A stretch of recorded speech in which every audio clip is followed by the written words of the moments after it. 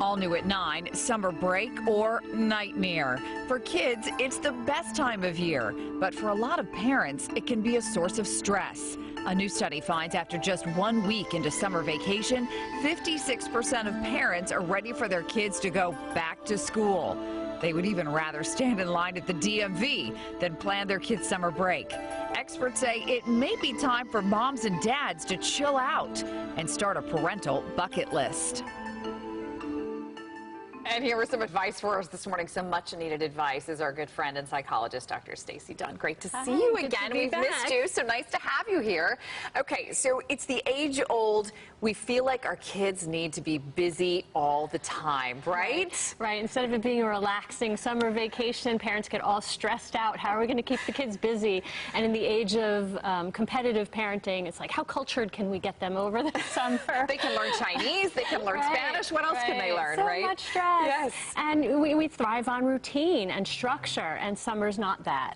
And with the daylight lasting longer, kids are off their sleep schedules, and that affects some more than others. But instead of making it a relaxing time to connect, some people end up feeling really stressed out.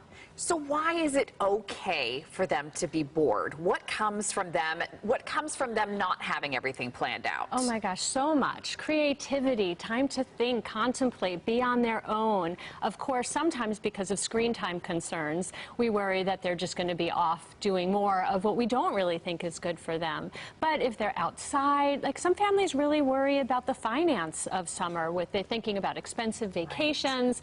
But the truth is, time in nature, whether it's the beach or the pool or just hanging out, doing puzzles, playing games, doesn't have to be expensive, and it helps them keep things more simple.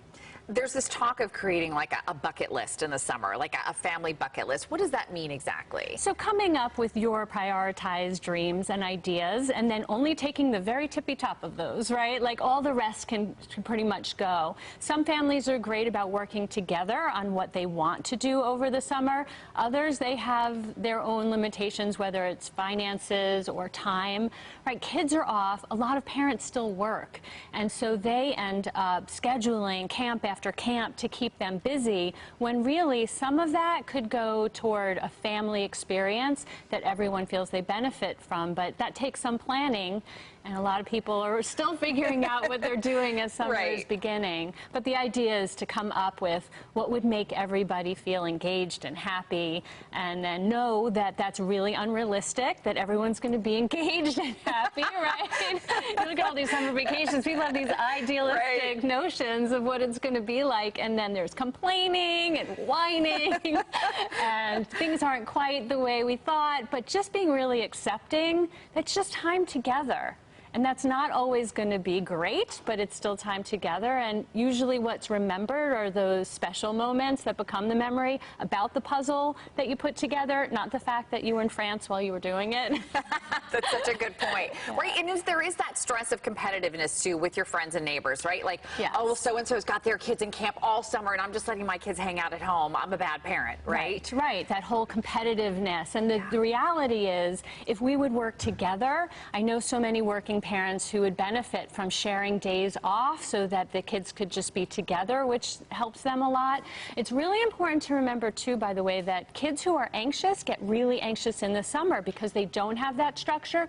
All of the camps require adjustment. New kids, new activities. So some kids who do the same camps with the same kids, especially like sleepaway camp, that becomes much more of a ritual and they look forward to that. But for a lot of kids, there's a lot of adjustment. So we go from the stress of homework and trying to get to school every day to the stress of camp and trying to get there on time and meeting new people.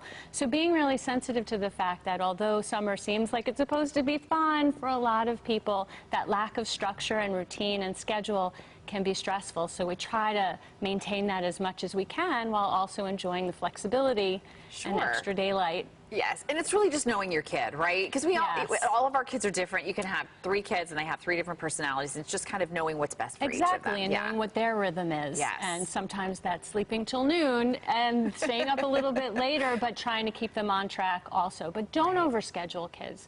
That's probably one of the biggest mistakes that we make. Great advice. Dr. Stacey Dunn, and she's a mom too, so she totally gets it. Great to have you as always. Thanks for being with us this morning.